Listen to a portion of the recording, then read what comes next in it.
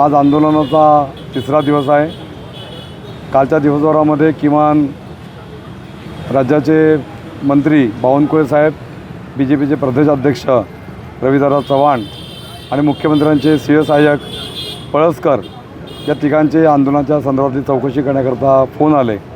रवींद्रनाथ चव्हाणांनी आवाहन केलं की तुम्ही उपोषण मागे घ्या, पण आमची ठाम भूमिका आहे जोपर्यंत आरोपींवरती गुन्हा दाखल होत नाही, मी ज्यांच्यावरती आरोप केलेले आहेत, बिल्डर त्याचे पार्टनर आहेत किंवा बिल्डरला साथ देणारे आमच्या शांतिदूतचे जुने कमिटी मेंबर आणि पदाधिकारी आहेत, त्यांच्यावरती गुन्हा दाखल झाला तर निश्चितपणे पर्दाफाश होणार आहे की यांना अटक करू नये म्हणून म्हणणारे जे लोक आहेत त्यांचे काही हात बरबटले की काय हे निश्चितपणे या चौकशीमधून, या अटकेमधून पुढे येणार आहे।